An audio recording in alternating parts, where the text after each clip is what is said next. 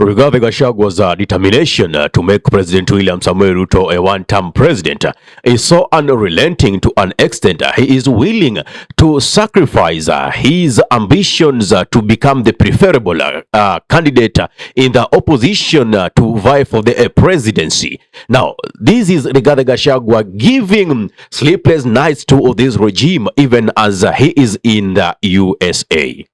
Hiyo kitu mnatuma na M-Pesa hiyo titi iko na ushawishi kubwa sana.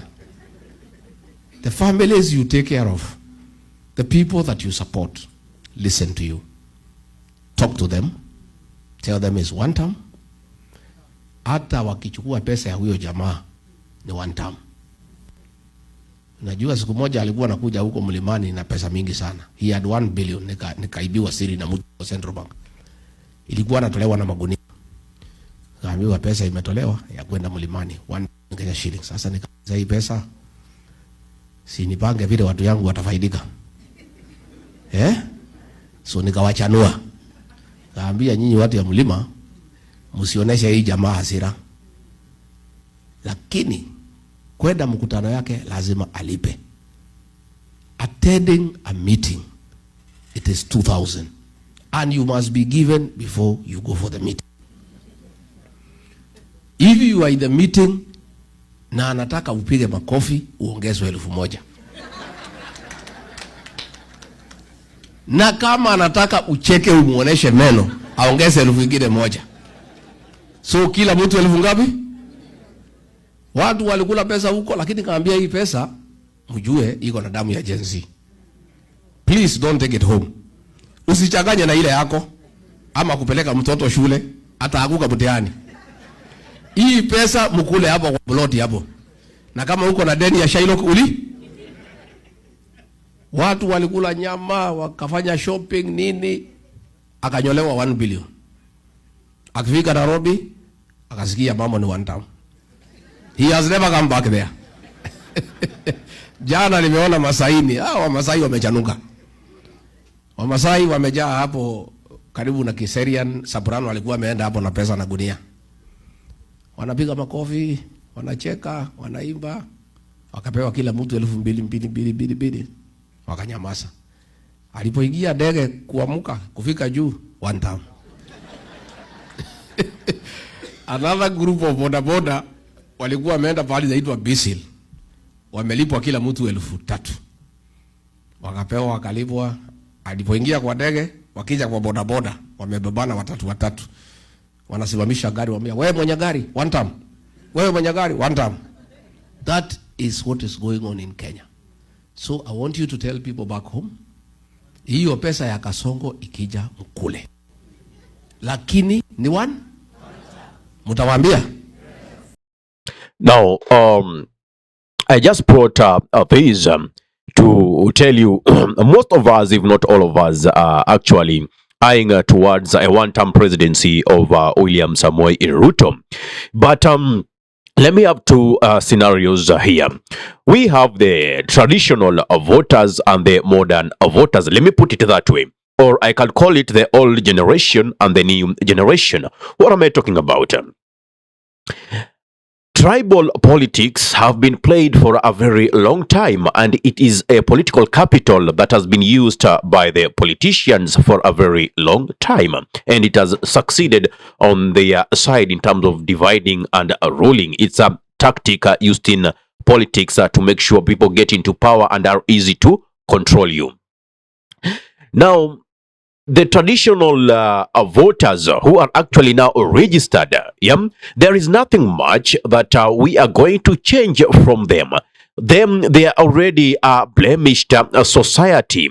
It's a society that has been blemished with, tribalism, and those are the voting patterns that they are going to vote along. So the voting pattern wouldn't be influenced as much in 2027 with these traditional voters. But put in mind, there's going to be a change, at least a significant change, in terms of one, regionalism. When we go to a central region, we wouldn't expect William Samoei Ruto to get as much votes as he did get back in 2022. Coming back to Nyanza, even if Raila Amolo Odinga supports William Samoei Ruto, he will also not be able to get as much votes as maybe he would wish to get, and considerably other regions that voted him back in 2022. But bearing the political card, if it is to go by that, then it might be a very tall order to make sure that Ruto becomes a one-term president. Get me right. But we have now employers, we have business, we have employees, we have businessmen, the elites that never used to vote. They registered as voters, but you could not see them exercising that right. You understand? But this time around, the people who are holding the payslip, we are going to see them in the voting. The vote apathy that used to be back then is not going to be experienced. People are waiting for 2027 like it is due. I mean, the time it has passed. It should be like today, you know. So we are coming in with the modern voter, keying in the payslip holders because they feel they need a regime that will restore back the dignity of the payslip. You understand? Issue one. Issue number two.